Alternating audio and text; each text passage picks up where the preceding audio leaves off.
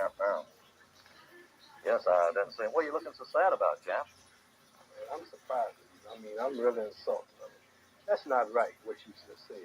What do you mean? What I just said? I mean, I'm getting a drink of water. I'm late getting home, but you talk. I said something about the greatest heavyweight champ, man. I'm a hometown man, and you talk about Joe Louis, man. Joe Louis wouldn't be nothing for me. Joe, I tell you, Joe, do you think you would have stood a chance with me? Well, one time during my career, I was on a Formula One tour. I would have been a bum compared to you.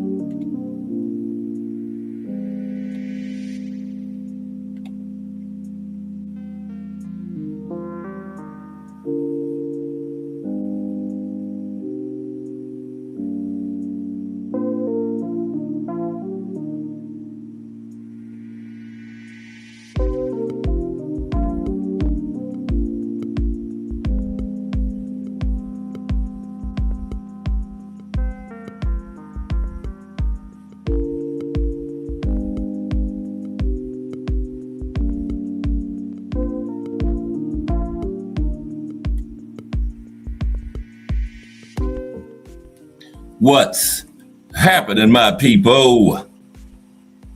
It's Cass Sports again, back for another afternoon with the family.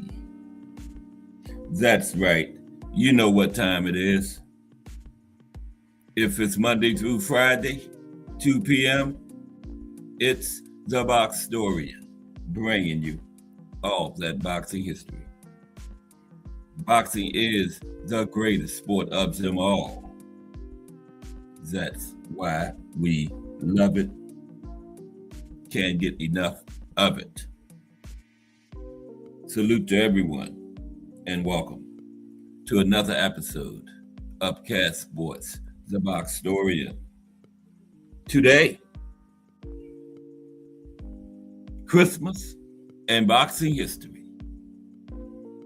Merry Christmas, everybody. This is the Cass Sports Christmas special today. Christmas and boxing history. We're just going to talk about a few subjects concerning boxing history and Christmas today. Hope everybody's having a good day, enjoying their holiday with family and friends and all of that. That's what it's all about, you know. People kind of like commercialized it with the monetary part of it and who can give the most expensive presents and all that stuff. But it's about family, friends, togetherness. Okay, I hope everybody have a good day. Okay, but yeah, today we're going to talk about Christmas and boxing history on the show today. Okay, then we got one more day in the week tomorrow. We're going to look at some super middleweights from boxing history. You know, super middleweight just go back to like the 70s. So, but we're gonna look at some of those former super middleweights in the super middleweights in boxing. Little profile, brief talk about them. Some super middleweight boxing history. You know, we went over beginning of the week, the first world champion in every category. And Monday, we're going to take another look Monday at the youngest and oldest world champion in each weight division on Monday. Excuse me for 1 second, please. Just give me like 10 seconds.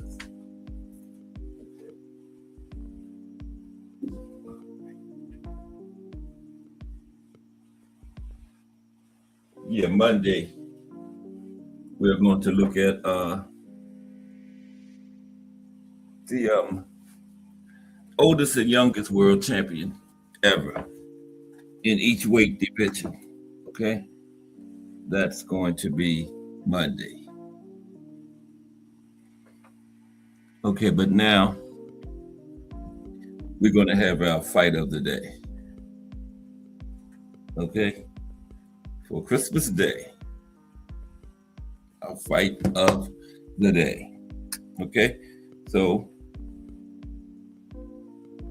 without further ado, let's get into the Christmas Day fight of the day. All right.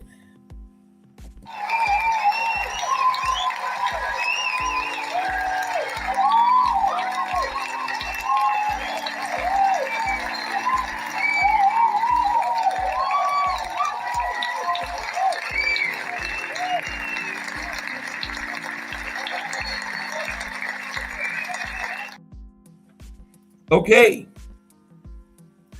for the fight of the day today, we have Sugar Ray Robinson versus Hans Stretz. December 25th, 1950. The story of Sugar Ray Robinson's Christmas Day tune-up. Okay? Sugar Ray Robinson versus Hans Stretz. December 25th, 1950. The story of Sugar Ray Robinson's Christmas Day tune-up. All right. Fight of the day today. Excuse me for a second again.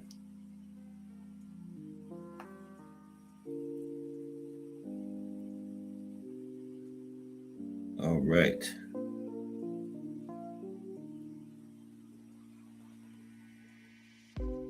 Yep, 75 years ago today, this fight took place.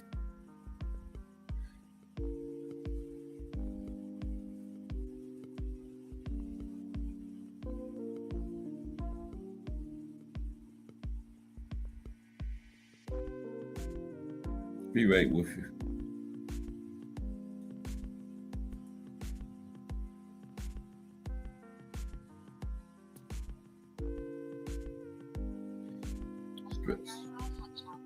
Okay, here we go. Okay, let's get into our fight of the day.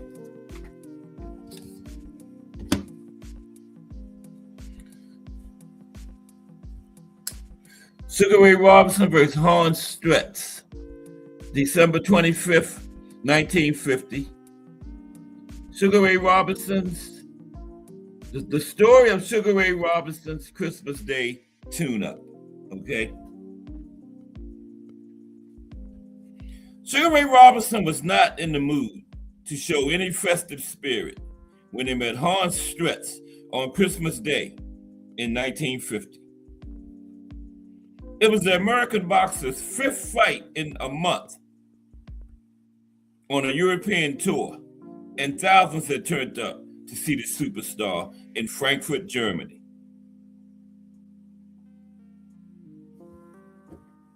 Okay, one more moment. Wow. Let me get everything together here. Got that light glaring over there.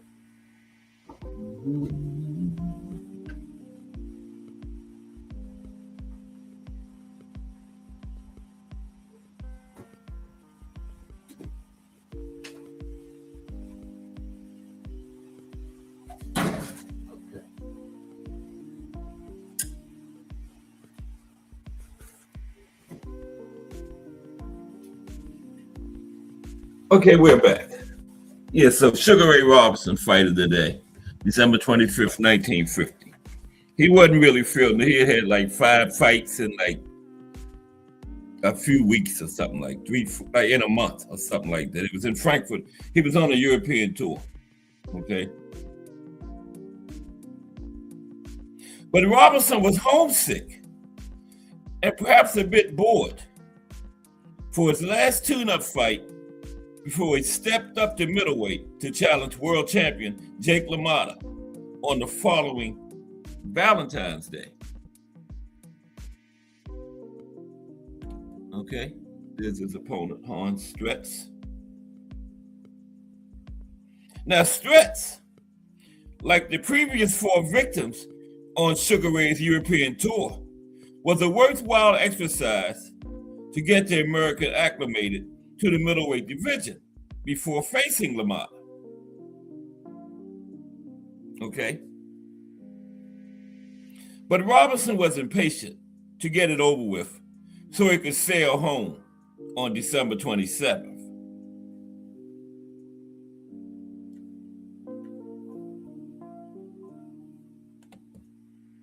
Al Booger. What's up, Al Booger?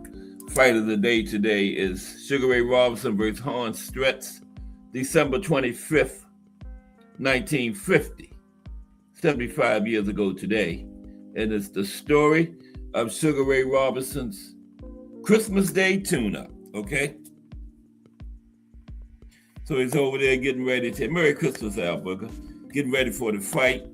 Kind of bored because he done had like 5 fights in a month. So his wife, Edna May, manager George Gainsford, promoter Freddie Summers, and 4 feet 4 inches tall Jimmy Kapora, who spoke 5 languages, arrived in Frankfurt with Robinson early on Christmas Eve for the Christmas night fight. Yeah, see the little guy, midget, 4'4" guy down in front of his wife? Yeah. He took a midget around with him too. And his pink Cadillac had like a 25, 30 person entourage. Mm-hmm. Yeah, Sugar Ray. Okay.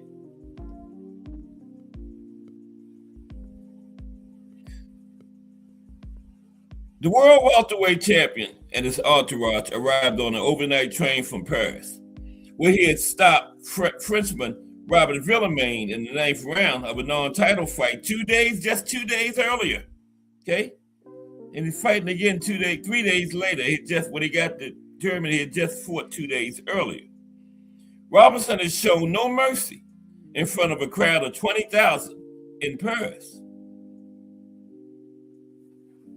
For his 5th fight in under a month of his first European tour, Robinson took on the former German champion, Stretz. And many Americans were among the crowd of 10,000 at a freezing hall in Frankfurt, Germany, which was still being rebuilt after the Second World War.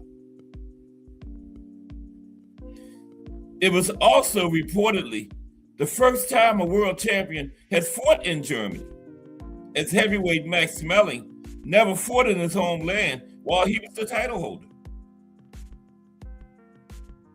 Robinson canceled a public workout and decided he did not need a training session before fighting Stretz. Man, I just got through fighting 9 rounds 2 nights ago, Sugar Ray said.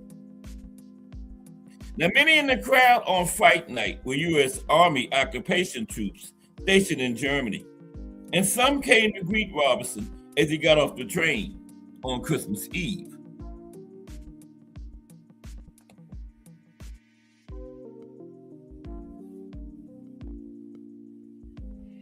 Despite the interest in Robinson and the financial reward of the trip, Robinson approached Christmas Day in a glum mood. I'm just going to stay right here in the hotel and think about what they're doing back home, he said. But Robinson's fame was growing, and the European tour paid well while he waited for the LaMotta fight. The American, originally from Detroit, but now based in New York, was by now widely regarded as the world's best boxer, okay? By this point, Sugar Ray was regarded as the best in the world. As within 30 seconds of the start of the fight in Germany, Robinson showed his class by flattening stress with a left hook. It was the first of 7 knockdowns in the fight, okay? First of 7 knockdowns in this fight. Robinson seemed in a hurry to get the job done and repeatedly nailed stress with left hooks. Robinson's speed and combinations dazzled Stretch, as it did many an opponent, and the power of his punches became too much for Stretch. Stretch was finally counted out early in the 5th round after Robinson landed a series of rights, followed by a finishing left, with the German slumping against the ropes.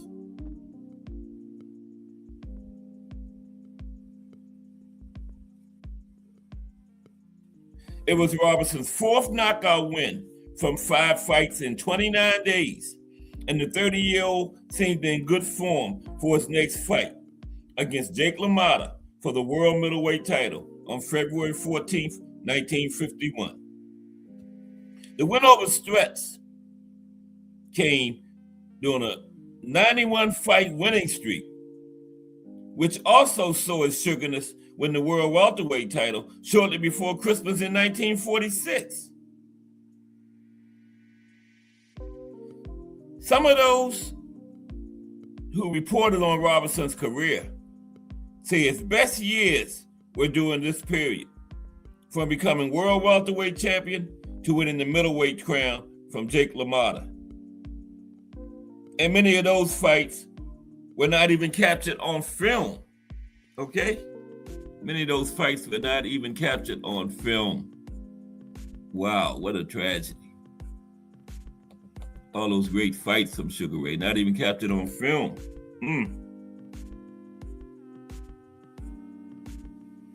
The fight against Stretch was Sugar Ray's 19th in 1950. 19th in the year. An astonishing amount when you compare to how many times today's elite boxers are in action over a 12-month period. Mostly 2. Sometimes even once. Sometimes even 0 in a year nowadays. But Robinson, who arrived in Frankfurt with 53 pieces of luggage and his entourage, needed to box to sustain his lifestyle. Okay? The European tour, which ended on Christmas Day 1950, earned Robinson $50,000, but he had spent it all by the time he sailed home from Germany. He had spent it all. I had pocketed nearly $50,000, and I needed every penny, said Sugar Ray. My entourage had run up a big bill at the Clearage Hotel in Paris, and Edna May had been shopping throughout the trip. Edna May had been shopping, his wife, the entire time that they were over there, okay? Yeah.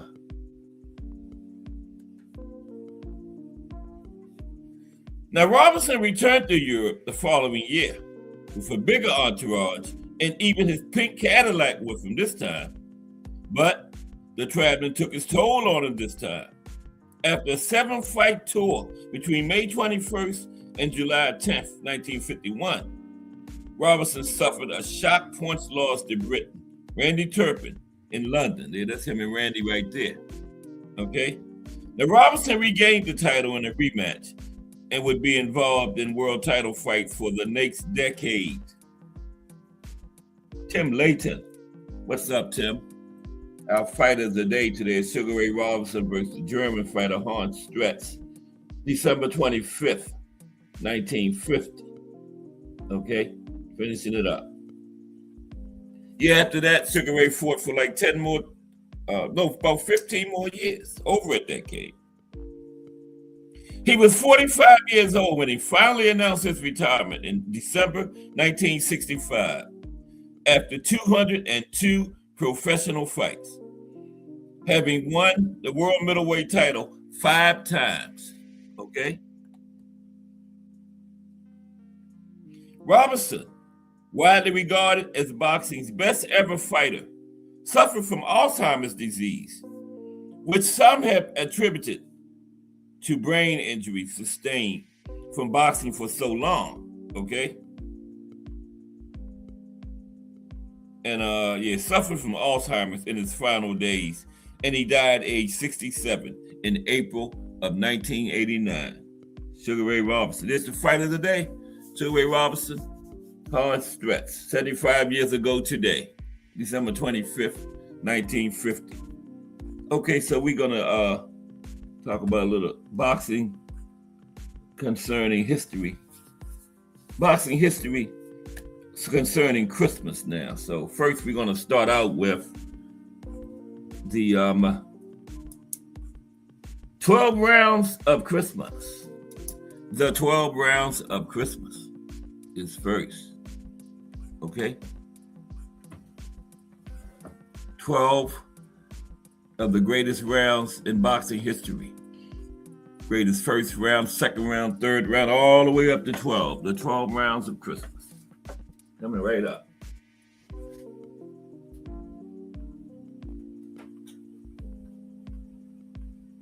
Hope everybody's enjoying their Christmas. It's still early in the day.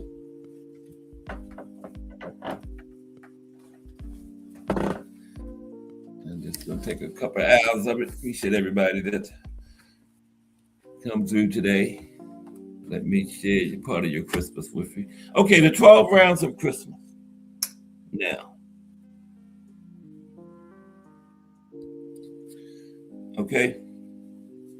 That's the timeless Yuletide classic, a tune sung for centuries at this time of year. But now, the 12 Days of Christmas has a special pugnacious and pugilistic version, courtesy of your friends at the Fight City and Cass Sports. It's sure to delight the most discerning aficionados of furious fisticuffs and add some carnage to your Christmas day. Okay, so sit back with a glass of eggnog and enjoy 12 truly historic rounds of ferocious ring action. Okay, and Merry Christmas. All right, 12 rounds of Christmas. Here we go.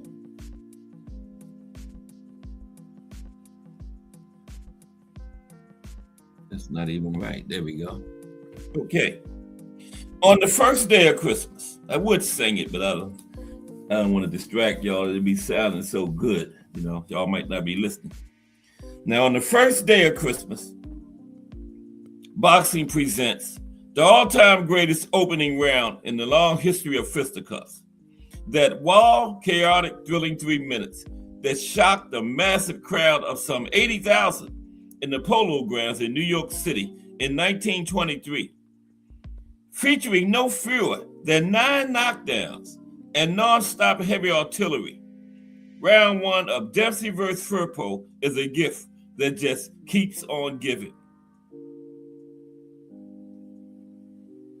Dempsey Firpo.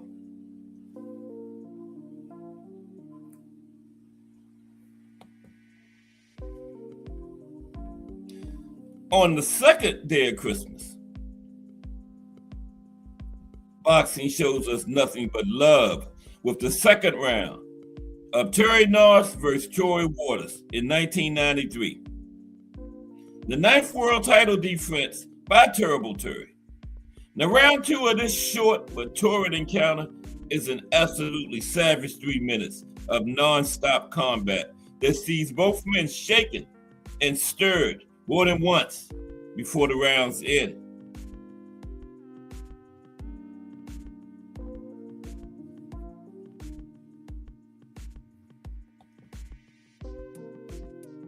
On the third day of Christmas, We couldn't possibly do better than to bring you the gift wrap bonanza, a frenetic action that is round 3 of the second Donnybrook between the late Israel Vasquez and Rafael Marquez.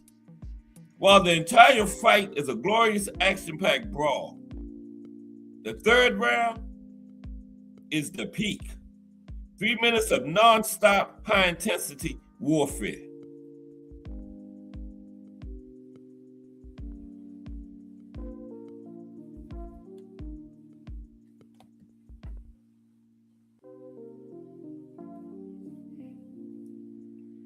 On the 4th day of Christmas, boxing gives us the high point of an absolutely insane heavyweight slugfest.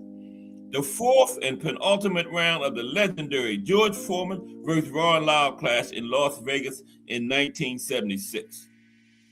3 knockdowns, and all 3 times it appeared as if the fight had to be over. But instead, both warriors just kept getting back up to exchange more vicious power shots. Yeah. And the 5th round was round of the year. The next round. This was the 4th round here. Okay. Yeah. Okay. On the 5th day of Christmas, it's not 5 golden rings that boxing gives us, but instead, round 5 of the first great battle between Eric Morales and Marco Antonio Barrera in February of 2000. The best action round in an all-time great action fight, and that year's round of the year. Okay? Yeah, 2000. This 5th round was round of the year. Okay?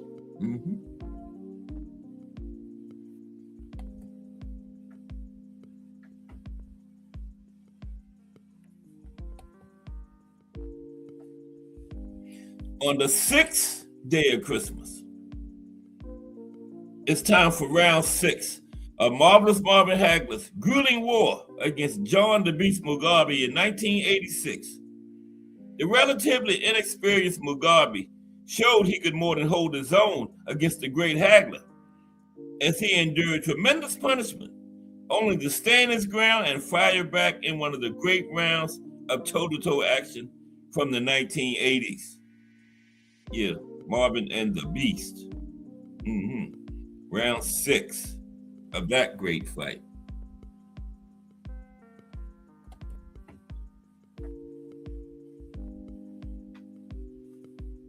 On the 7th day of Christmas, there's no swimming swans, but instead 3 minutes of intense fistic fireworks from an all-time great Donnybrook. Roberto Duran versus Iran Barkley in 1989, the legendary Hands of Stone, could feel the fight slipping away to his bigger and younger opponent. And so in round 7, he bore down and went toe-to-toe with the Blade. Both men throwing and landing big shots in a great round from a truly extraordinary fight. Yeah, round 7, Duran Barkley. That whole fight was like that, though.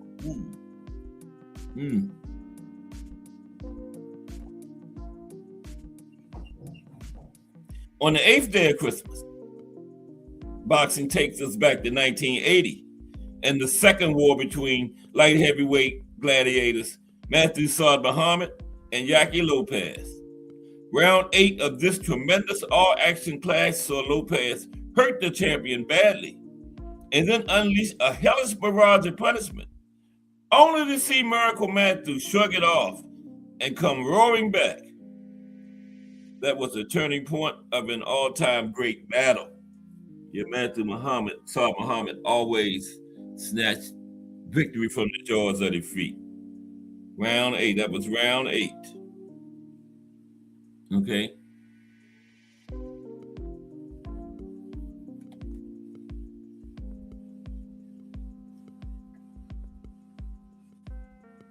No. There we go. Oh my goodness. Wait a minute. Excuse me for a minute, please.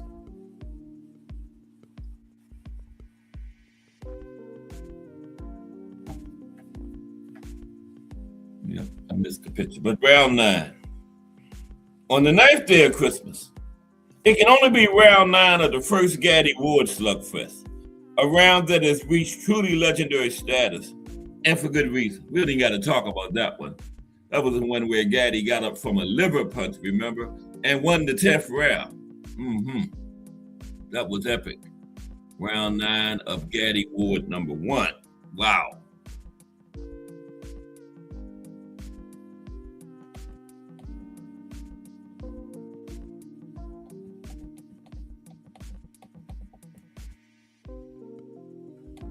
Okay.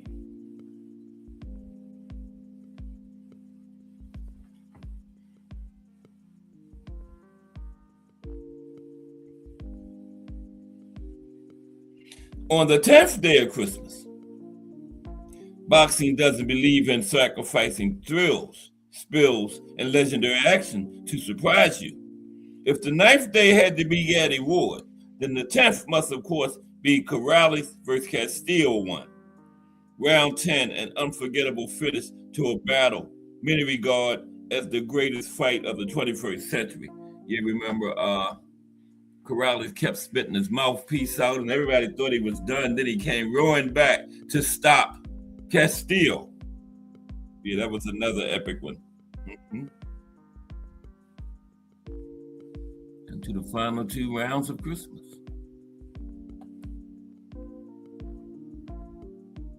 Okay. On the 11th day of Christmas, we are very lucky fight fans, as boxing bestows upon us nothing else but one of the most intense rounds from an all-time great fight. Round 11 of the first epic encounter between Roberto Duran and Sugar Ray Leonard in June of 1980, the famous brawl in Montreal. This was 3 minutes of sheer fistic greatness. And finally,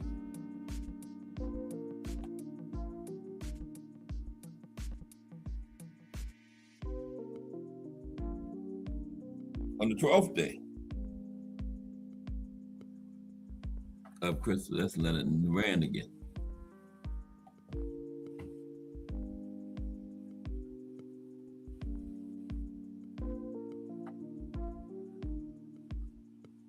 Okay, missed the picture. But on the 12th day of Christmas, it's the edge of your seat thriller. That was the final round of Sergio Martinez versus Julio Cesar Chavez at the Thomas and Mack Center in Las Vegas in 2012. Okay?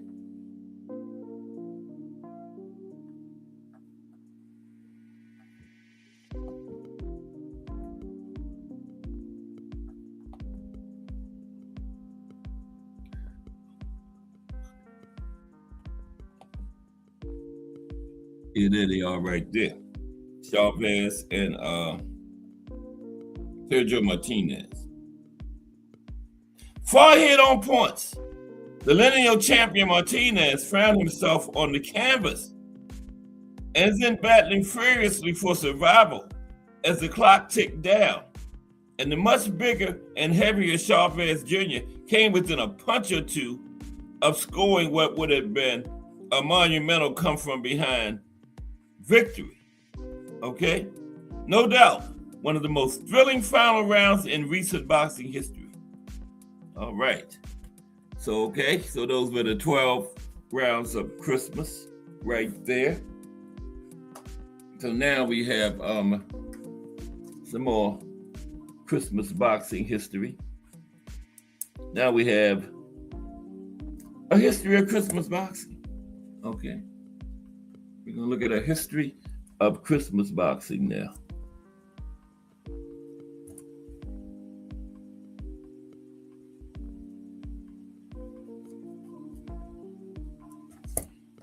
Yeah, a history of Christmas boxing now. Mike Masnick. Salute, Mike Masnick. How are you today? Merry Christmas. Just a little Christmas boxing history, that's all. Now we're going to take a look at some Christmas boxing history.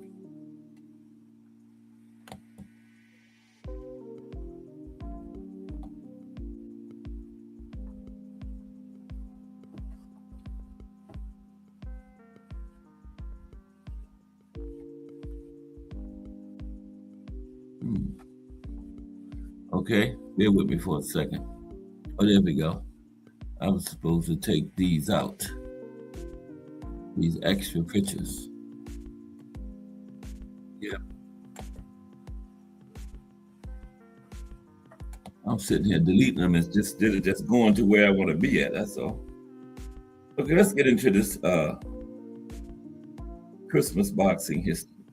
These are some fights that happened on Christmas.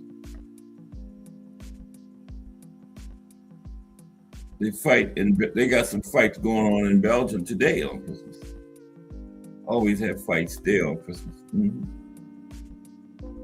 I don't know if they're on TV. They might be on TV somewhere. Just gotta find them. But the history of Christmas boxing.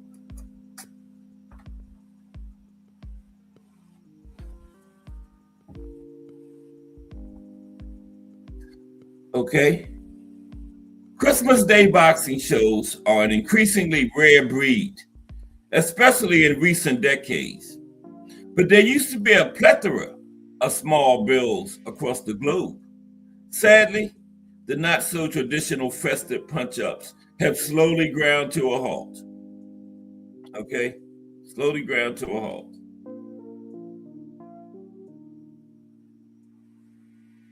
My display ground to a halt. Okay.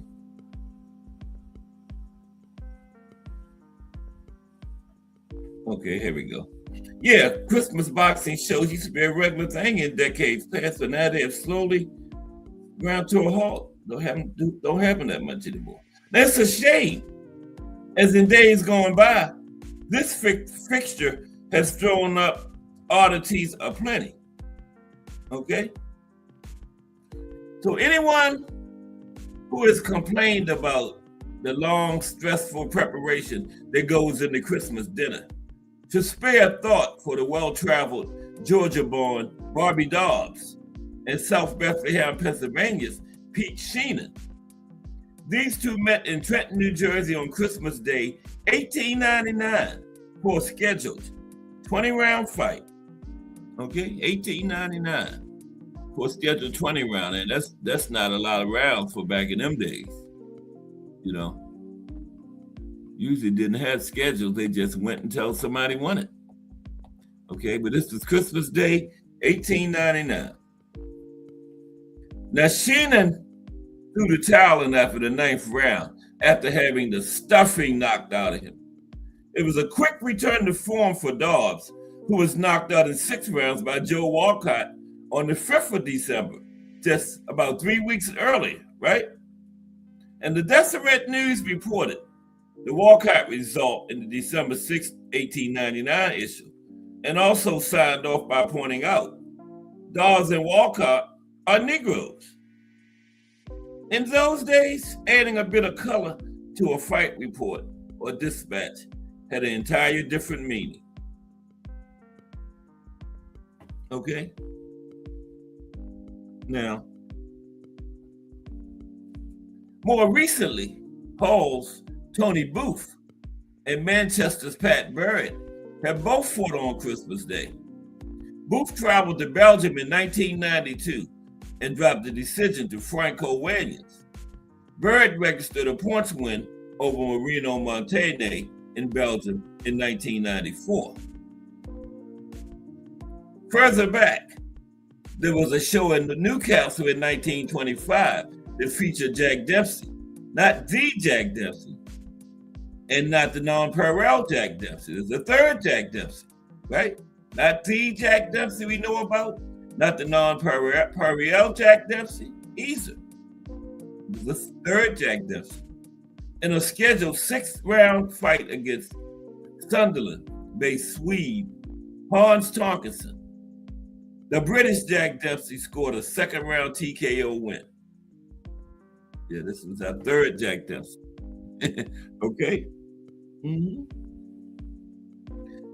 Now, the war years were fighting years in the UK in more ways than one.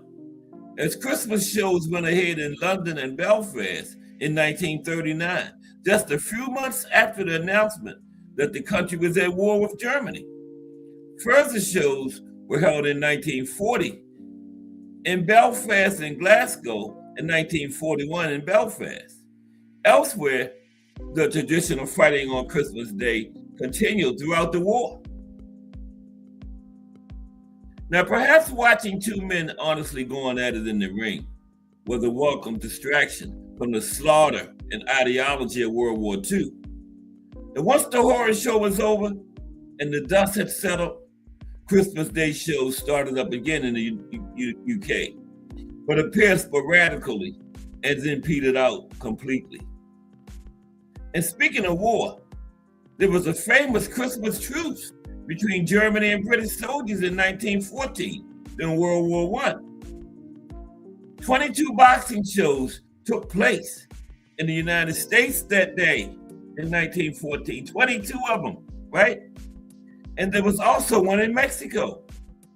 And the soldiers briefly left the fighting to the boxers. If only life was that simple all the time, right? Christmas Day 1915 was a busy one in Brooklyn. Philadelphia's Battling Levinsky and fireman Jim Flynn met in the famous borough, Brooklyn. A 10-round newspaper win, right? For Lewinsky. Now, a reporter wrote that the veteran Flynn was treated to a bad beating. Time and again, Lewinsky landed rights flush on Flynn's jaw, right? And the Toronto World, December 27, 1915, noted he kept landing on Flynn's jaw before noting that Flynn landed approximately one shot to every 25 landed by Lewinsky. That was a painful Christmas for the Colorado-born boxer. He landed one every 25 thrown by Lewinsky. Wow. There were 8 shows in New York State that year, 1915, on Christmas Day. I don't think there's any anywhere this year, but 8 in 1915, right? But Brooklyn was the place to be.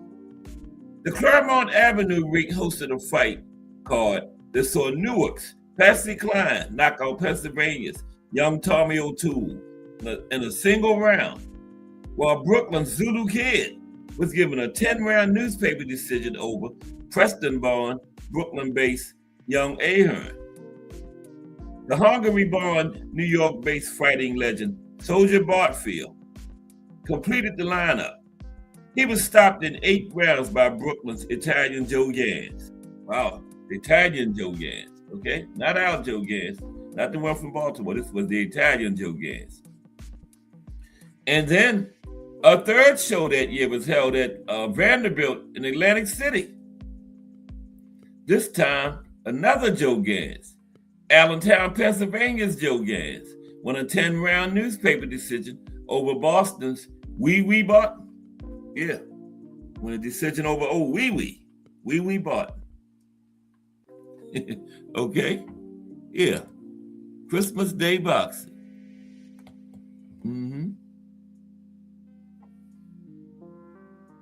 So, in 1920, Harry Greb beat Jeff Smith over 10 rounds.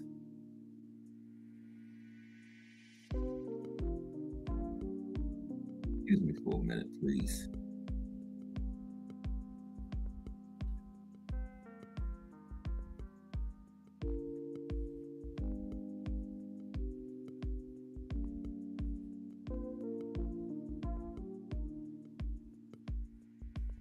Okay, bear with me for 1 minute.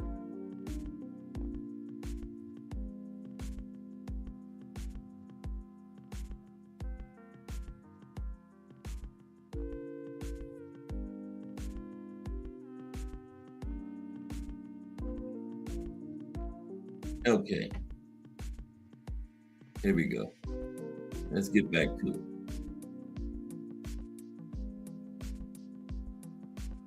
Merry Christmas. Yeah, we talking about a little boxing history on Christmas. In 1920, Harry Greb beat Jeff Smith over 10 rounds to a newspaper decision win.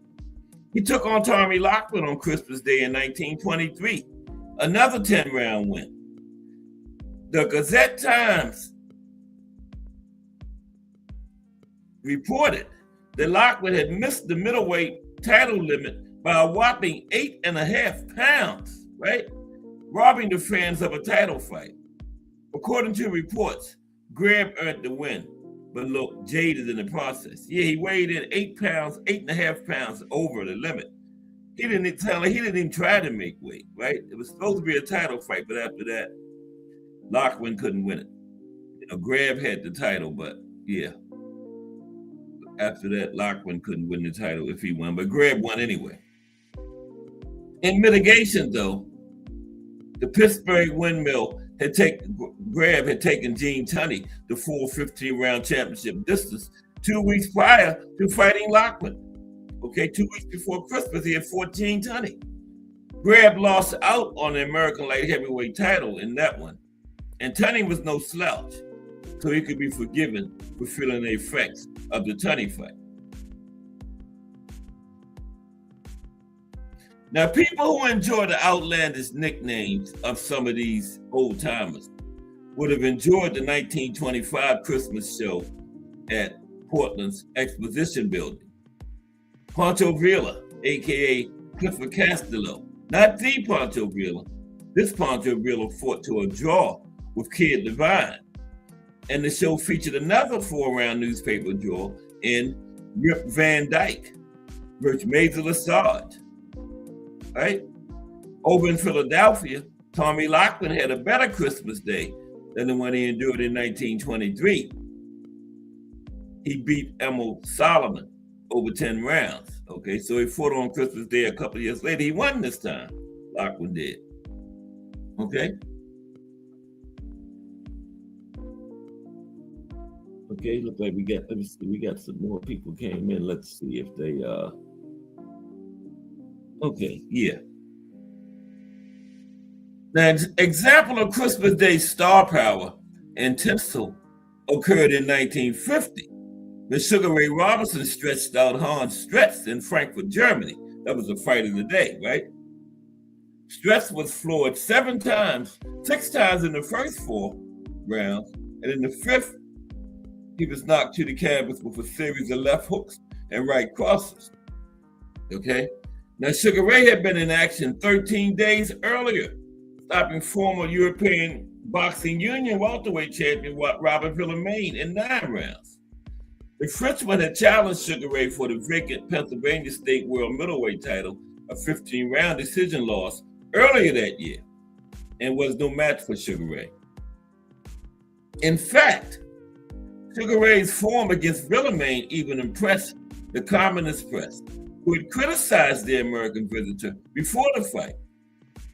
This fight also drew a sizable pre-Christmas crowd, 20,000, and a lot of money, 30 million francs, which amounted to an $85,000 gate.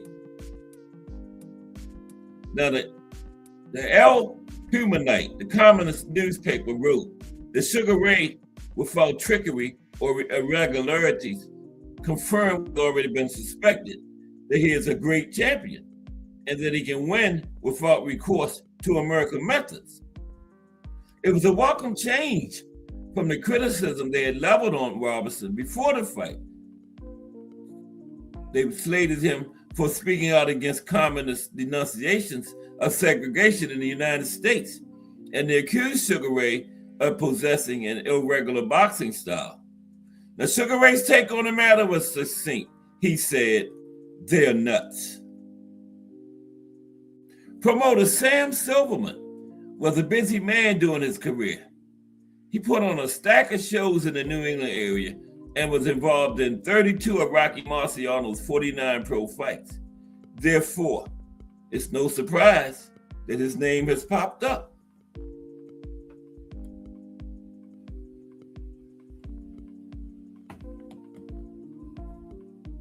Okay?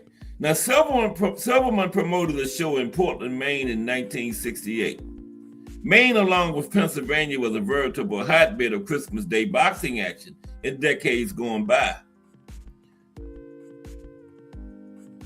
Now, the show he put on in 1968 on Christmas was headlined by Bangor's Maine's Paul Casper, banging out New York's Jimmy Chirico in 3 rounds. Plus, also on the card was Leo DiFiore, who beat New Jersey's Tony Cruz by a 10-round decision. Now, Maine was in the frame again in 1969 on Christmas Day. And so was DiFiore fighting in action for a successive Christmas. 2 Christmases in a row he fought on. This time, though, DiFiore lost to Canada's Artie Jones. And the Portland-based featherweight was dropped in the 3rd and 4th rounds before losing on points over 10 rounds. No matter how stressful your Christmas Day is, it is unlikely to be as painful as the one DiFiore went through, okay? One of the undisputed kings of Christmas Day action also fought for the heavyweight world title. Can you guess who it is? Here's a hint. The reason he fought on that particular day so many times is because he was born in and fought out of Belgium. And Belgium had more Christmas Day fights than anyone. They got some today, as a matter of fact. So step forward, the Lion of Flanders, Jean-Pierre Koopman. He was stopped in 5 rounds by Muhammad Ali in February 1976, his only world title shot. And he fought 5 times on Christmas: 1972, 1974, 1976, 1979, and 1980. He's the king of Christmas Day fighting. Cam J Network in the building. What's up, Cam J? Salute. You know, everybody, here's where the Cam J Network, great podcast. Cam J does it all over there. Great boxing talk, great panels, great everything boxing. Salute, Cam J. Merry Christmas to you, bro. Appreciate you. And everybody, please subscribe to Cam J. If you're not already subscribed to him, but most of us probably are. Yeah. Put your link in there, Cam J, if you got time to. But yeah, we talked about some little history, Christmas Day boxing. And this guy, Jean-Pierre Koopman, fought 5 times on Christmas: 72, 74, 76, 79, and 1980. Christmas shows day boxing used to be regular as recently as the 80s and 90s, but now it's just, but Belgium still does it. There's fights in Belgium today. Okay. Now, Koopman, this was the guy that fought the most on Christmas. He beat Neville Mead in Belgium on Christmas Day in 1976. He began the year with the fight with Muhammad Ali, his only title fight, right? And he also lost, I think that's Koopman and Ali right there. Yeah, that's Koopman and Ali right there. He started the year out with his loss to Ali in his only title fight, okay? Ever. And he also suffered a low blow disqualification loss to Henny Doonan in May.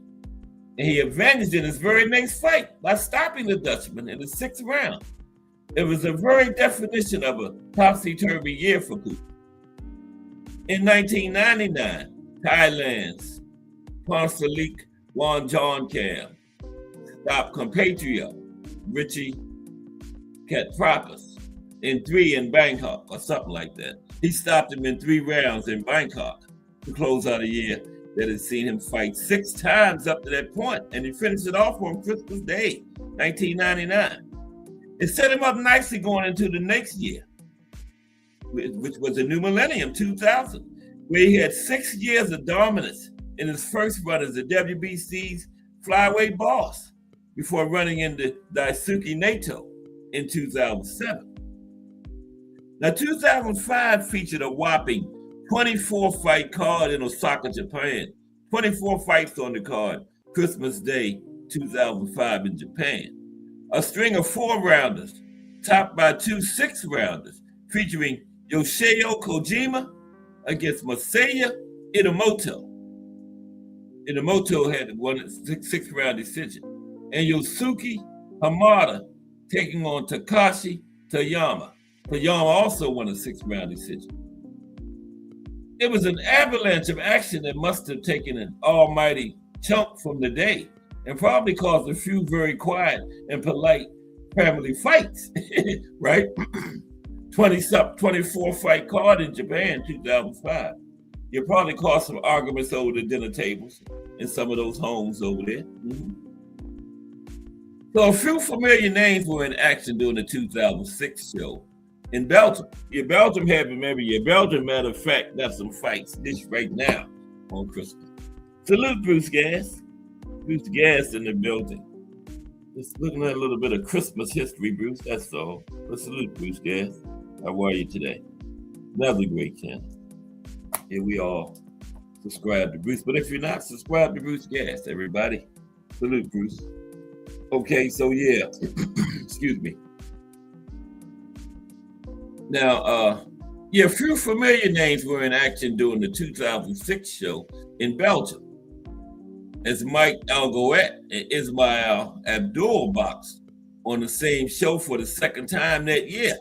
Now, the Belgian boxers, they both were Belgian. The Belgian boxers had appeared on a card in Manchester in June, earlier that year, against Jaime Moore and David Hay, and they both lost, okay? But they fared much better this time.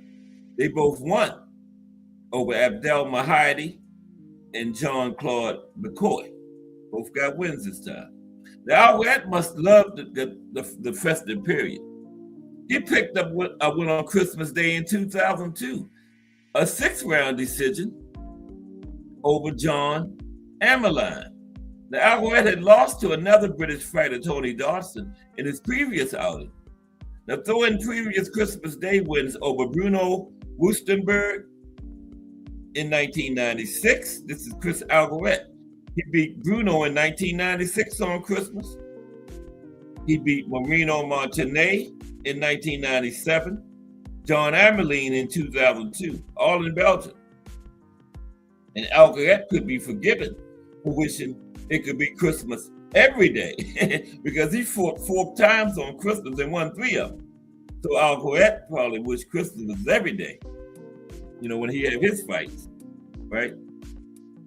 As for title fights, Santa's not been generous when it comes to the marquee fights, saving them for the more traditional fight dates. Not too many title fights on Christmas. Yet, some title fights do slip through. Krasmasak Pasiwan put in a full 12-round stint in Thailand in 2007, decisioning Eric Barcelona for the WBO Asia Pacific Super Flyweight title. So we do get some title fights on Christmas. Now, Russ never sleeps, not even on Christmas Day, and nor do the Alphabet Boys, clearly. Yeah, we had a few of them on Christmas, but not many title fights on Christmas.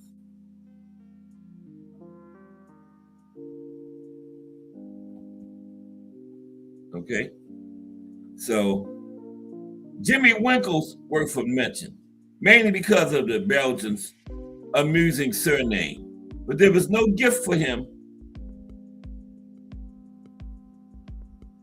in Belgium in 2008. He lost to Francis Sharif Ben Hadi, his second defeat in a row. He had to wait until January 2010 for his next win. Wow, went 2 years without a win. Now, that's Christmas Day. And when the final bell tolls in Belgium later today, another show will be lodged in the record books. Yeah, there's fighting in Belgium today.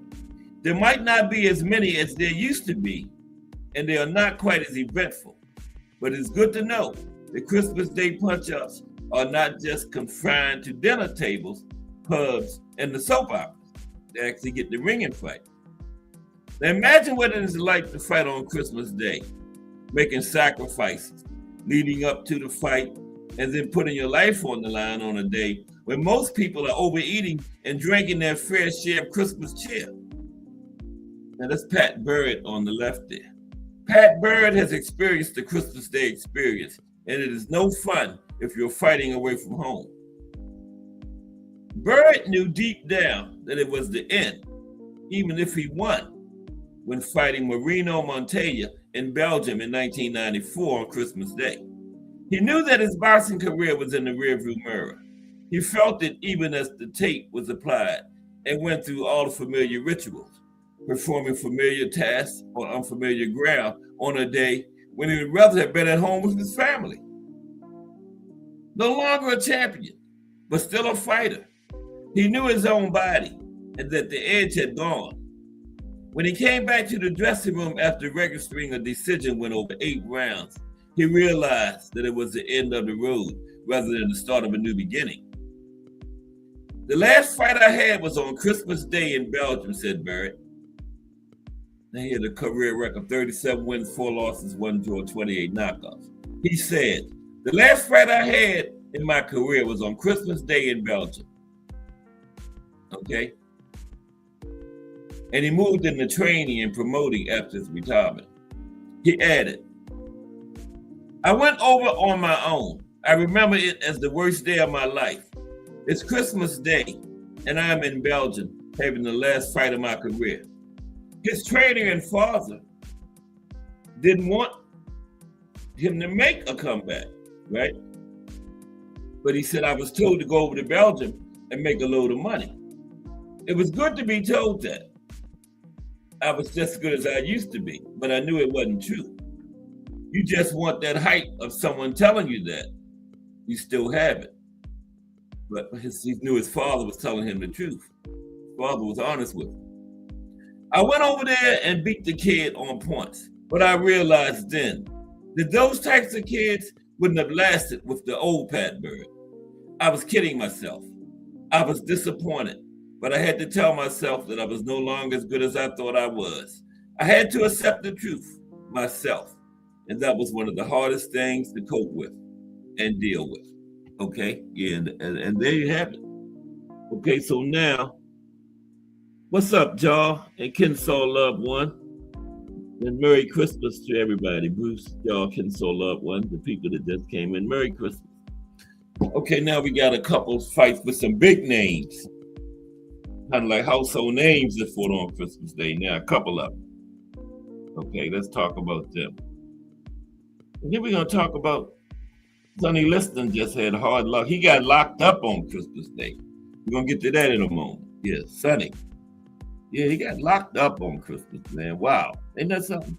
The police locked my man up on Christmas. It ain't funny. I know it wasn't funny to say Sonny. That was like in the 50s. We're going to get to that. Yeah, Sonny just had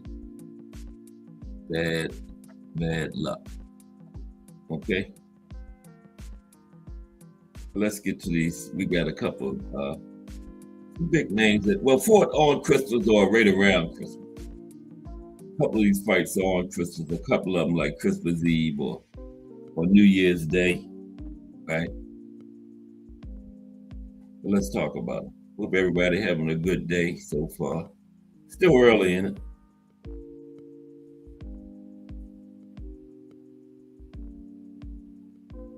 In the day. Okay, can't get my hand to work right. Yeah, we're gonna look at a couple more, about 4 or 5 more fights that took place on Christmas, briefly. And then we're gonna talk about Sonny. They locked Sonny up on Christmas. Can't think of a worse place to spend Christmas in jail. Well, any day, really, but especially Christmas. You know, worst place to spend any day in jail, but especially Christmas, you know? Right. All right, appreciate you, y'all. We got a Cash App there. You're real hattie. All right. Appreciate you, y'all. Oh my goodness. I went and did it.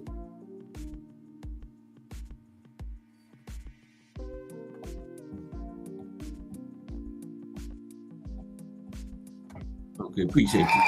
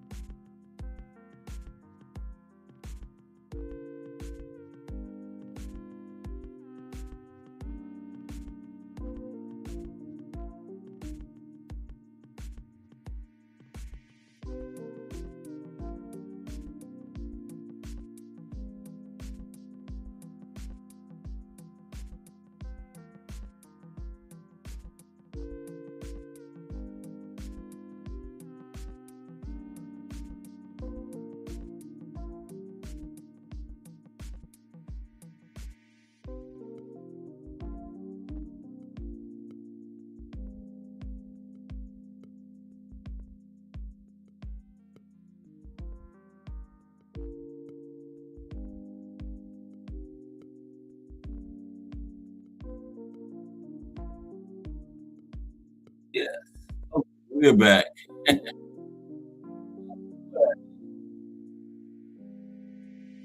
We're back. Okay, so yeah, we're gonna talk about some of these fights now.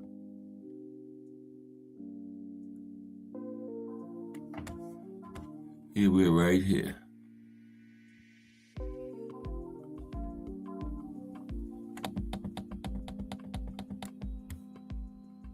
Okay.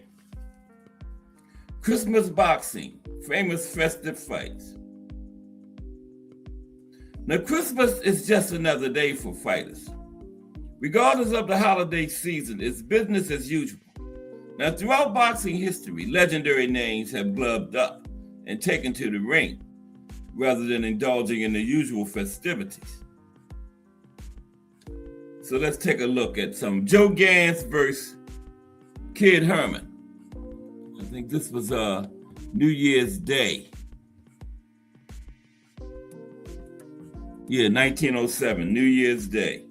Joe Gans versus Kid Herman.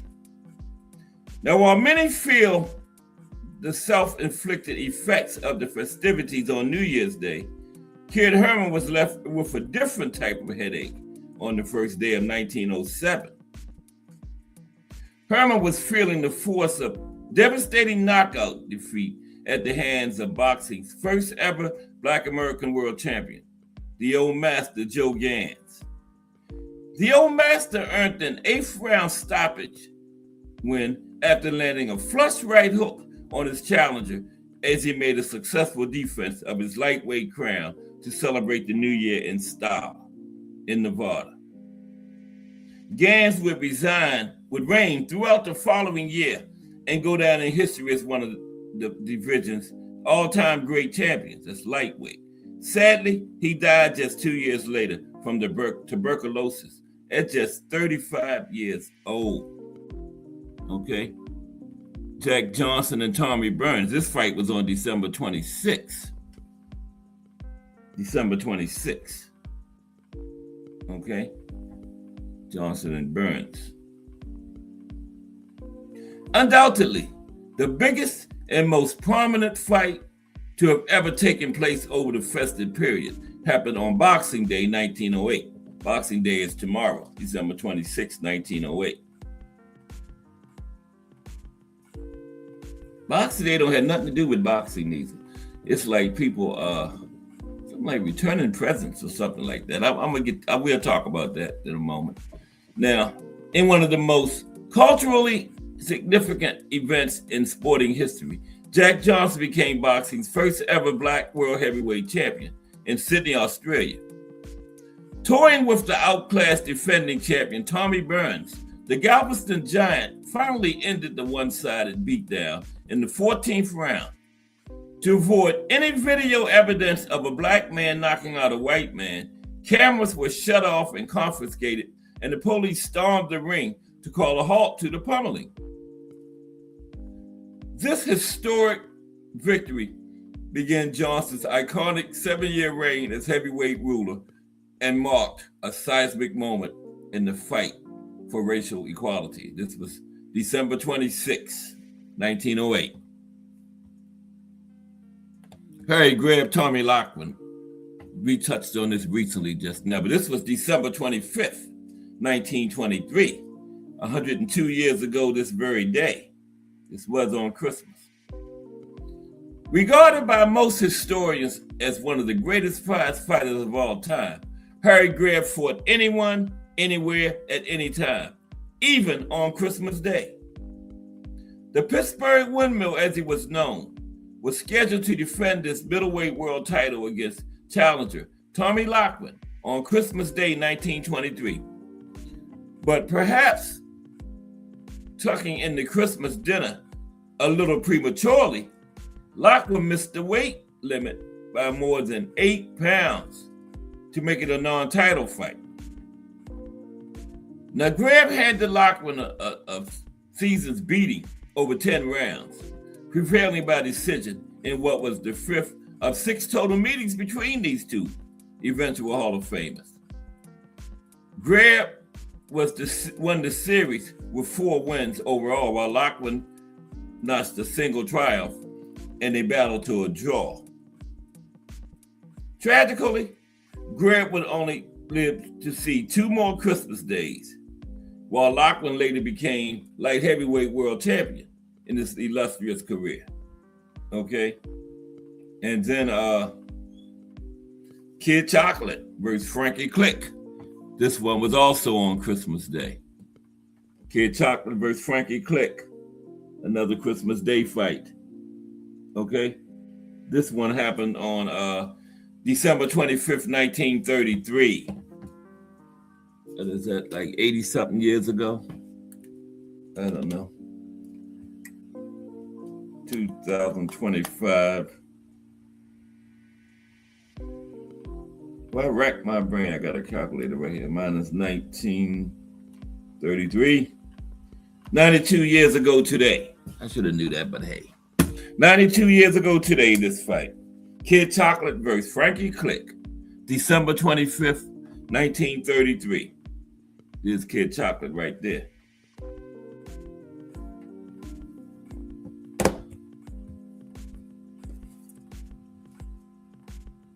You better hit the like, subscribe, please. Appreciate you. Okay. So, it was a glum Christmas day to forget for Cuban legend Kid Chocolate in 1933.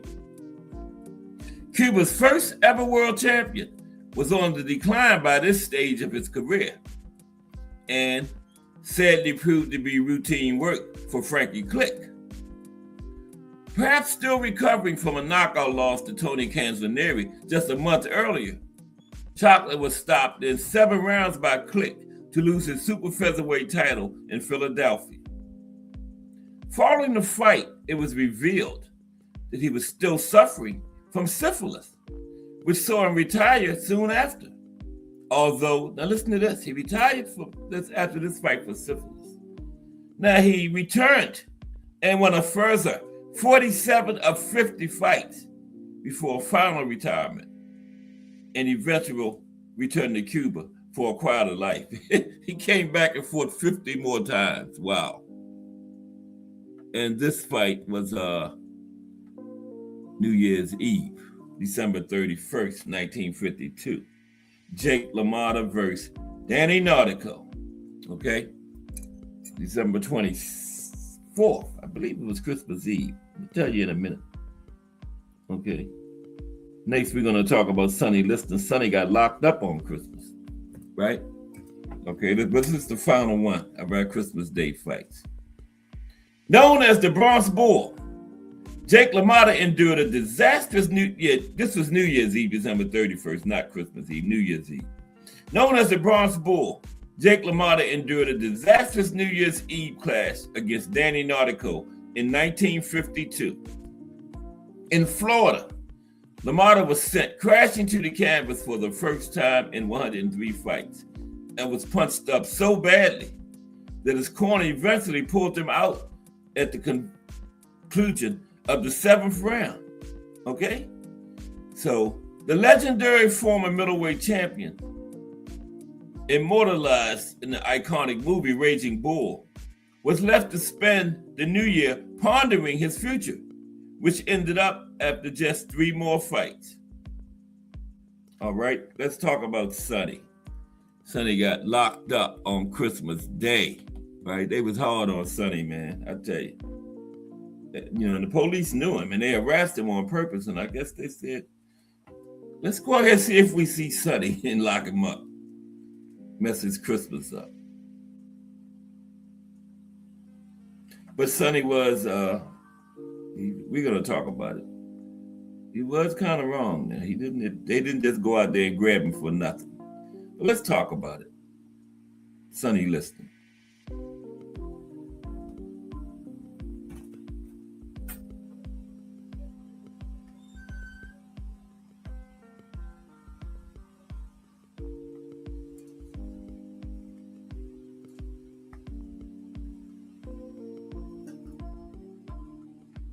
Okay. Oh, yes.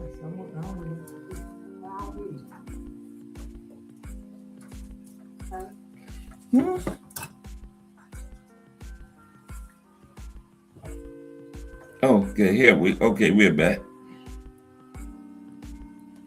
Yes, Sonny. Now, older fight fans may recall the image of heavyweight great Sonny Liston posing as Santa Claus on the 1963 cover of Esquire magazine. It sure caused a stir when Sonny agreed to don the costume, that's for sure. And Sonny, one of the single most controversial fighters who ever lived, and also one of the most vastly misunderstood, had himself another memorable and not for the right reasons Christmas the following year. Sonny loved kids, and he would no doubt have been happy spending time in the company of children during the Christmas holidays. Okay, in 1963, he posed as Santa Claus. But instead, in 1964, the man some experts say ranks as one of the top 2 or 3 greatest heavyweights ever, had himself another tough time over the holiday period. Okay, over the festive holiday period, Sonny had another tough time. Liston, to put it mildly, had a testy relationship with the police. And he really did have himself a pretty lousy 1964. This was, of course, the year when Sonny shockingly lost his title to massive loudmouth underdog Cassius Clay. This was in February of that year. Sonny then had another bad experience at the hands of the law at the end of the year. Okay? Sonny was pulled over by the cops in Denver on Christmas Day. No less. This is his umpteenth arrest. Okay? Reports are sketchy, but some say Sonny was arrested no less than 19 times during his adult life. And his Christmas was duly ruined in 1964. According to reports from the archives, 2 policemen who were on duty on Christmas Day noticed a man who was, as they called it, staggering through a parking lot, right? They noticed a man staggering through a parking lot. They didn't know it was Sonny at the time. The as yet unknown man got into a Cadillac and drove away. This in erratic fashion. So the cops already seen him staggering across the parking lot. Then he got into a car and drove away in erratic fashion. So the 2 cops pulled over the car. And upon doing so, they recognized the former heavyweight champion, Sonny Liston. That's when things got nasty, right? They got Sonny out of the car and a shoving match ensued. And soon there were 10 cops on the scene, right? And they still couldn't handle Sonny, 10 of them. Now, eventually, Sonny reluctantly gave up and got into the back of the police car. And he initially admitted that he had 1 beer. Ain't that what everybody say? I just had a beer. I used that one myself. I only had 1 beer. Right? So that's what Sonny said. I only had 1 beer. Come on, man. It's Christmas. I only had 1 beer. Right? What's up, BBO? We talking about when they locked Sonny up on Christmas, BBO. And it was always one of his 19 arrests was on Christmas. And BBO, he had a bad year because it was 64, the same year Ali took his title. Then Christmas, he got locked up. That was a rough year for Sonny there. But salute, BBO. When Sonny told him, I only had 1 beer, right? So the cops say Sonny at the station, when he got him down to the police station, changed his story and said he went from 1 beer to 6 to 8 beers, right? So they told him at the scene he might have had 1, so maybe they would let him go. But once they got him down to the station, he saw he wasn't going nowhere. He said he had 6 to 8 beers. And he had some liquor too, right? Not just the beers. He said he had some, not just liquor. Sonny said he had some tasty liquor. So of course, Sonny spent the night in jail, right?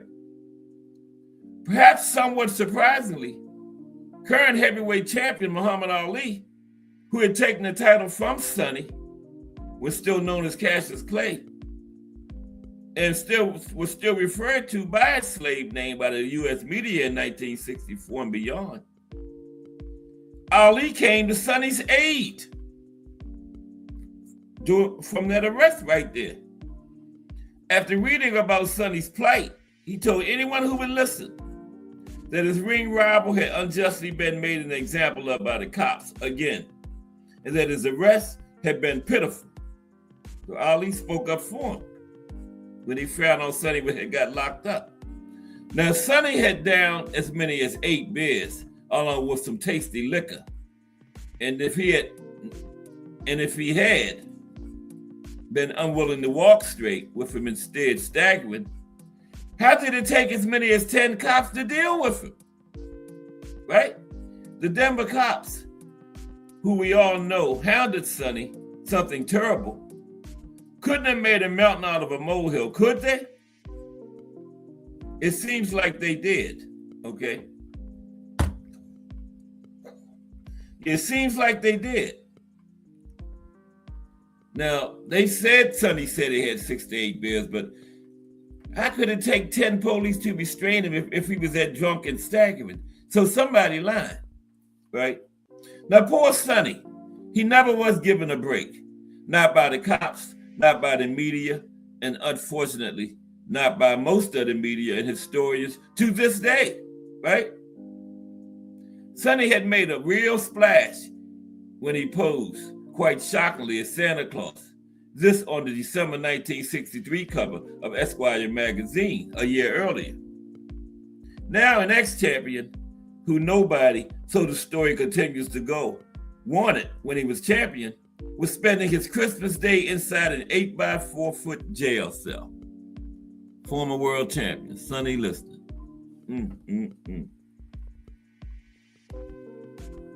Yeah, Merry Christmas, BBL. Yeah, there's Sonny. Spending his Christmas in a jail cell. Wow. No wonder Sonny found it tough to smile when in the wrong company. And for Sonny, most people were folks he would have described as the wrong company.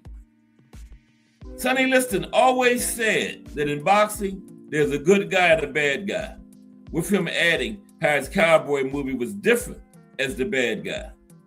This is a role he had long since grown used to portraying, right? But on Christmas Day, all those years ago, Sonny seemed to be as down as could possibly be imagined for a star, world-class athlete and former heavyweight boxing champion, okay? In short, during his still so mysterious life, Sonny Liston never ever did seem to get a break. Those rare few that had the good fortune of knowing the real Liston all commented on his intelligence, his great sense of humor, his generosity, and his absolute love of kids. Sonny, as everyone knows, died under murky circumstances, sometime in either late December of 1970 or early January of 1971. Officially at that time, he was 38 years old, but unofficially, he was probably like 50. Yeah, because Sonny's mother didn't even know when his birth date was. She said 1930 something. They had records say Sonny was born as early as 1919. So when he fought Ali, if that's the case, when he fought Ali for the first time, he was about 45 years old. Wow. Okay. So now, let's look, what time we work? Let's look at this.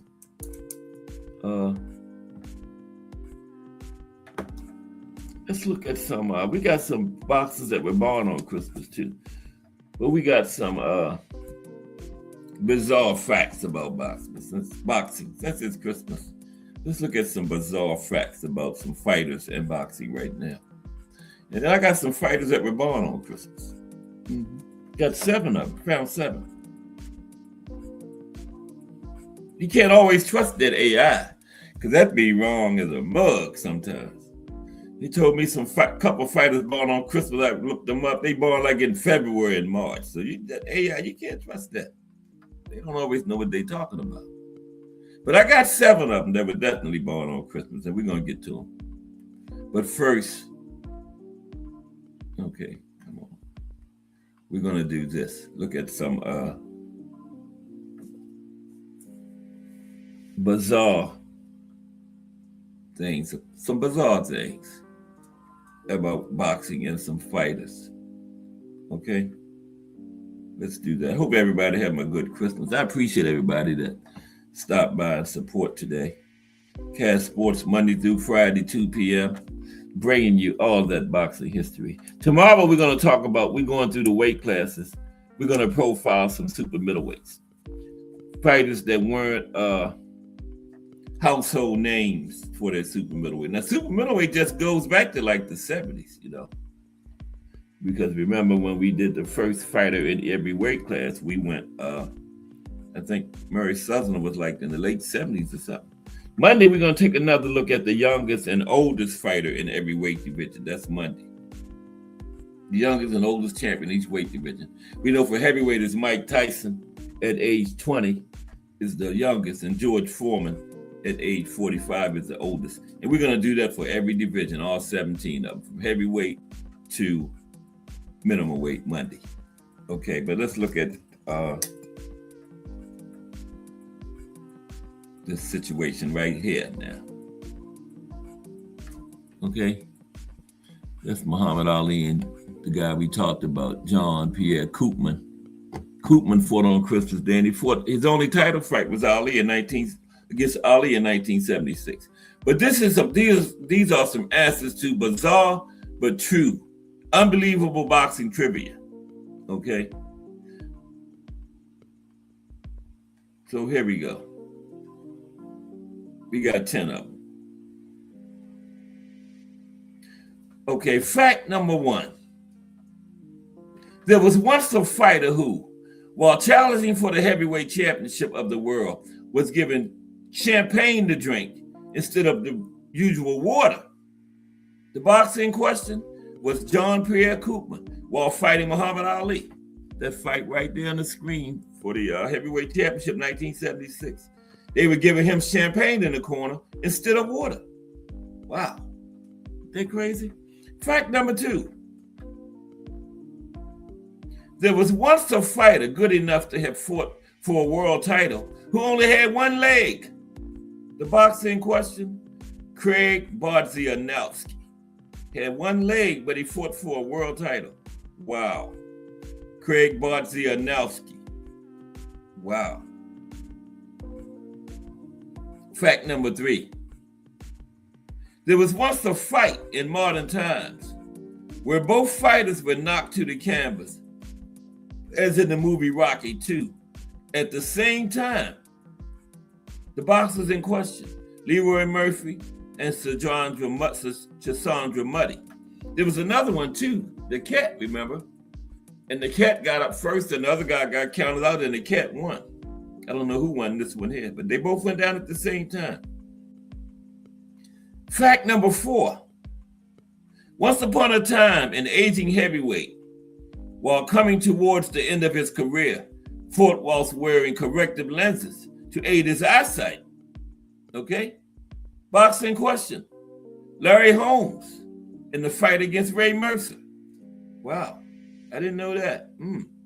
Wore corrective lenses against Ray Mercer. Fact number 5. There was once a world-class light heavyweight boxer who took to the practice of never washing or bathing for weeks prior to entering the ring for a fight. Boxing question, Marvin Johnson. I thought they were going to say Tony. Tony Galento used to do that too. He wouldn't bath for weeks before a fight so the fighter wouldn't clinch him. And Marvin Johnson used to do that too. Wouldn't take a bath for weeks before a fight. So you didn't have to worry about nobody clinching him, right? Fact number 6. There was once a fighter who was in such desperate need to go to the bathroom during a fight that he had to quit the fight and leave the ring, accepting the loss. I've heard about this before. I knew about this one. Andrew Six Heads Lewis. Yeah, and he was winning. He had to go to the bathroom so bad that he let the other fighter win. Wonder if it was number 1 or number 2. But he had to go. You got to go. He was winning the fight, but he had to go so bad. He, just quit. Fact number 7. Okay, here we go. Fact number 7. There was once a heavyweight champion who claimed that when a dear friend who was at ringside screamed to the referee that he was using illegal tactics, he was unable to land a blow that was certain to have finished off his hurt opponent. Boxing question: Big George Foreman in his fight with guess who? Muhammad Ali. Big George said he had Ali lined up for the knockout shot, but a friend of his screamed to the referee that he was using illegal tactics. That ain't no friend. And he said he was unable to land a blow that was certain to have got Ali out of there. Wow. That would have changed history. The Big George probably made that up. Fact number 8. Once upon a time, there was an amateur boxer who, when fighting for a local title, was TKO'd by the doctor before the very first bell. TKO'd by the doctor. When his marvelous Marvin Hagler copied warm-up technique of hyping himself up by hitting his own face and head, caused a severe nosebleed. Boxing question: Wayne Hicks. He was hitting himself in the head before the fight, trying to psych himself up. Caused his nose to start bleeding severely. They couldn't stop it, and the doctor stopped the fight before it even started. Ain't that crazy? Wow. Fact number 9. There was once a world-class welterweight boxer who would only fight when there was either a full or a half moon. Okay? That's a fact. I don't know who that was, though. But there had to be a full or a half moon or they wouldn't fight. Talk about superstition. You believe in what you believe in, I guess. Wow. We got one more. Man. I be trying to figure out why during the chat I have a certain amount of likes. Then when it ends, they done dropped. I had 20 yesterday during the chat, and then I looked when it was over, it was 15. Did somebody take their likes back? Well, I don't understand. But anyway, fact number 10. Okay, this is the final one.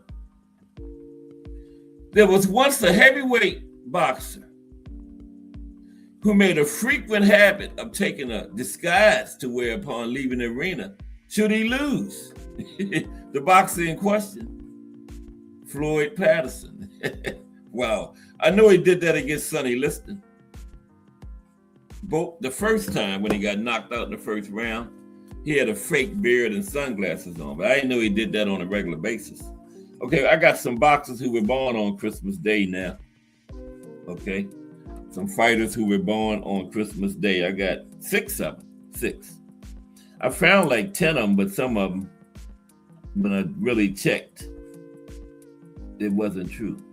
AI told me that then when I checked, they wasn't born on no Christmas.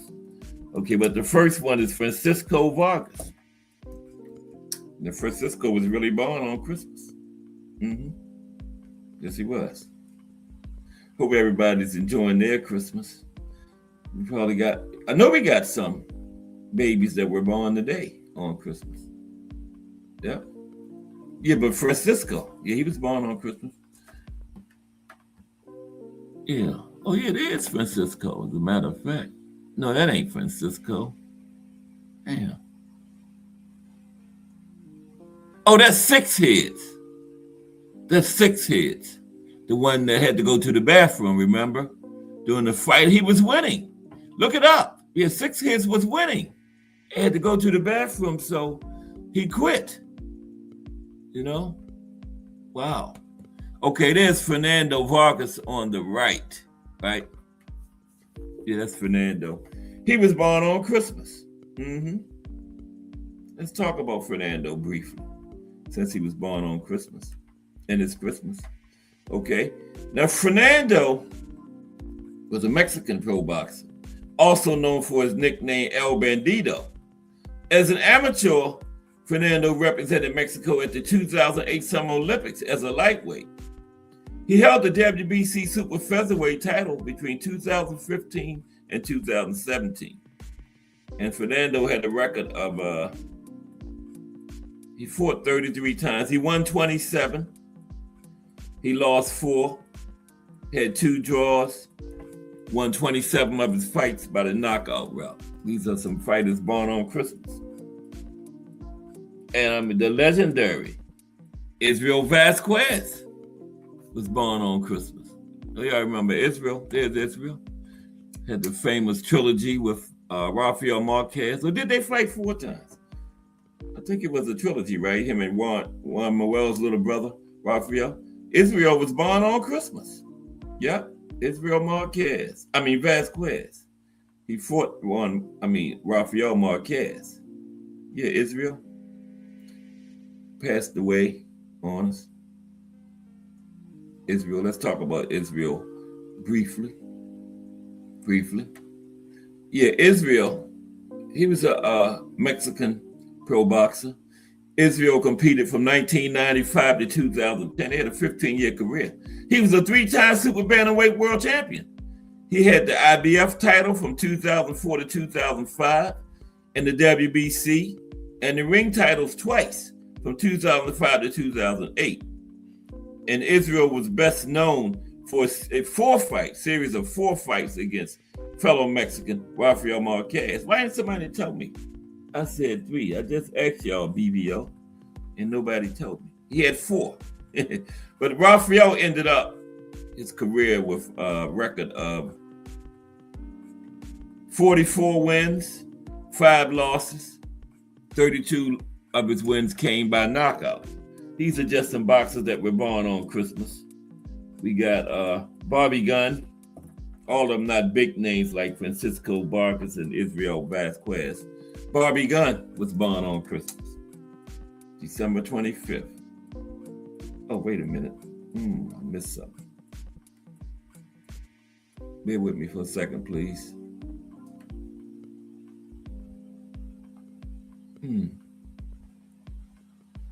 But I hope everybody's enjoying their Christmas.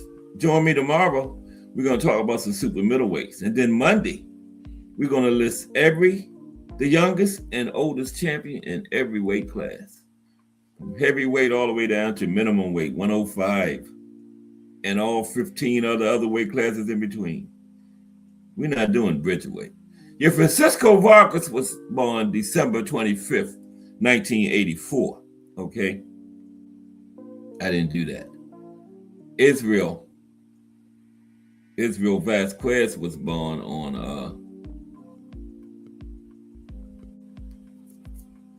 we're going to get back to it. Israel was born on December 25th, 1977.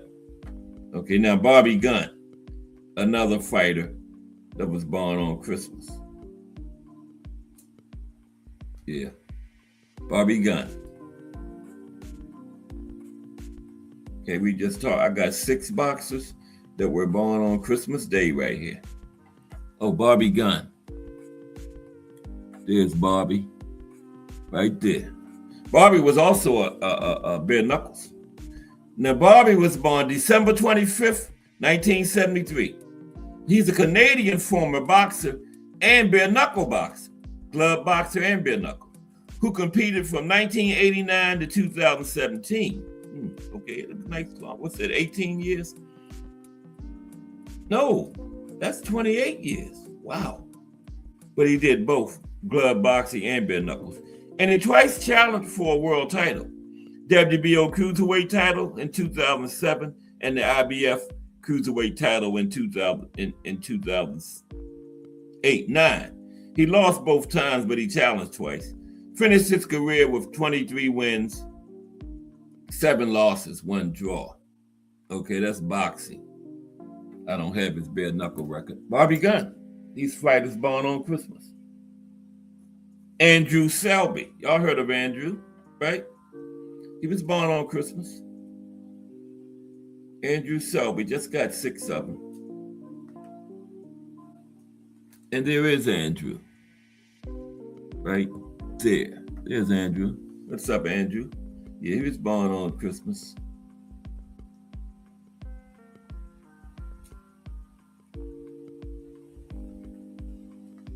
He's still young on Christmas Day, 2025. Rapidly coming up on the new year. Gave my Christmas list yesterday to Santa Claus since he came last night. The fights I wanted next year.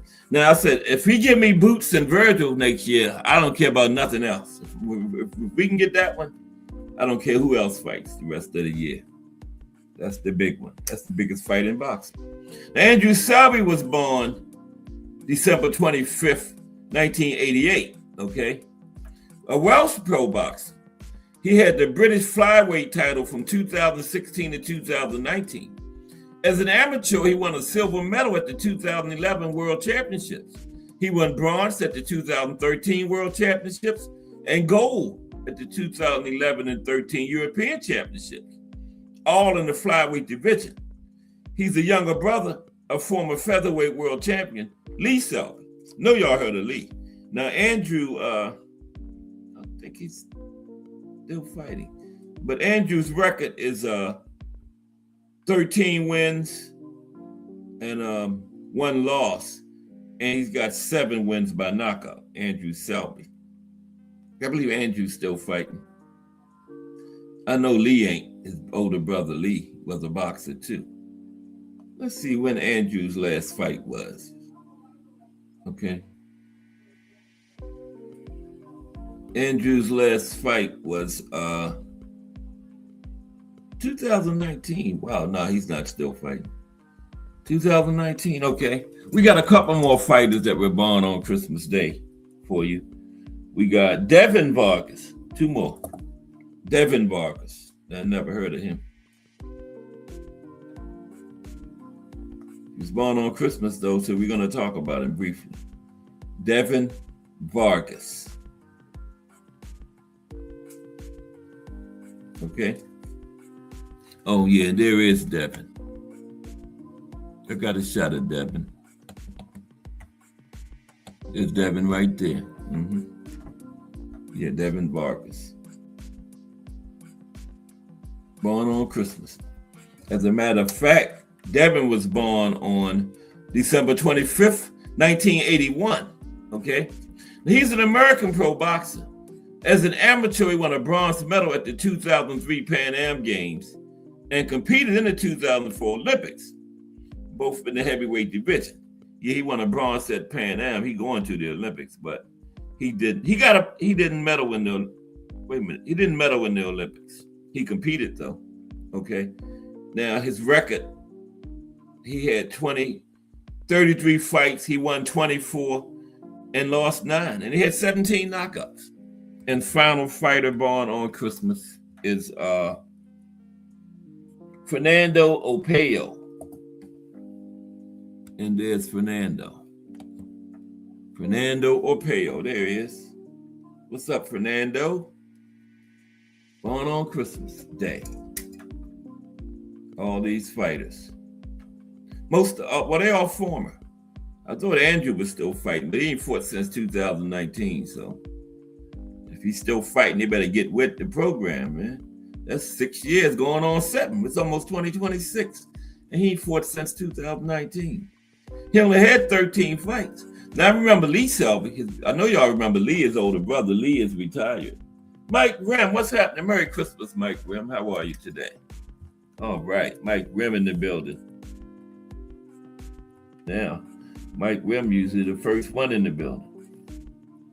Mike Grimm sometimes beats me and Miss Cass into the building. Salute, Mike. And Mike Mazik. Salute, though. Okay, we talking about some fighters that were born on Christmas, Mike. We had 6 of them. This is the last one. Fernando Opeo. Okay. Yeah, I had 6 of them that were born on Christmas. They also called him Young Tommy. And he was born December 25th, 1910. Wow, way back. And he's better known as Young Tommy. He was a bantamweight from the Philippines. And he went undefeated on his first 18 fights. His first loss came in 1931 against Newsboy Brown. Oh, Newsboy beat him. Newsboy Brown. And this was for the California State Bantamweight title. Yeah, these state titles were big back then because we only had the two sanctioning bodies, New York State Athletic Commission and the NBA, which became the WBA. So we had different states had titles and they were big, prestigious. Mexico had a title. Yeah. And he fought for the California State Bantamweight title, Newsboy Brown. He lost it. That was his first loss of his career from the Philippines. Okay. Silay, Philippines, Silay in the Philippines. And in his career, he had a total of 61 fights. That's how they did it back then. No, he had 86 fights. He won 61 and lost 24 with 9 draws. And that's more than 61. 61 and 24 is 85 alone, and 9 draws. That's 94, ain't it? But anyway, he had 24 knockouts. Okay. Yeah, that's more than some 86. Damn. Wikipedia used to be on point, but darn Wikipedia. Let me go to BoxRec. BoxRec is a little bit better when you're trying to get records and stuff. Because that ain't right. We got to be right. Fernando Opeo, BoxRec. Just Do Boxing coming up next. Better known as Young Tommy. Okay, BoxRec got 65 wins and 18 losses, right? With 12 draws. That's 95 fights right there for Young Tommy. Okay. But I appreciate everybody that came through today for this Cast Sports Christmas special. Hope y'all enjoyed it. Okay, join me tomorrow. We're going to talk about some, super middleweight boxers. Not no famous, former too. You know, some like under the radar, not no household names types. You know, like Lights Out fought up there, Tony Roy. We're not talking about that. We're talking about some under the radar super middleweights who weren't household names in the division. Briefly, 6 to 8 of them, we're going to profile them. And then, you know, we're just going through all the divisions. And then Monday, we're going to talk about the youngest and the oldest in each weight class. Like we know heavyweight is Tyson and Foreman. We know Benitez, junior welterweight. He's the youngest in history, 17, right? Youngest ever to win a title in any weight class. Benavidez is in there too for, I think Benavidez is the youngest for super middleweight. Or no, one of those classes. We're going to talk about it Monday, but David is on the list. Yeah, for the youngest in one of the weight classes. I think it might be super middleweight. I think it is. But that's Monday. And tomorrow is super middleweight. We're going to, tomorrow is super middleweight for profiles, but Monday is the youngest and oldest. But I really appreciate everybody's support. You know, Monday through Friday, 2 p.m. every weekday. There's artist, poet Kensaw Loved One Hattie. Is that you, y'all? Peace. Yeah. Got to be. It's got their names in it. Okay, but yeah, salute.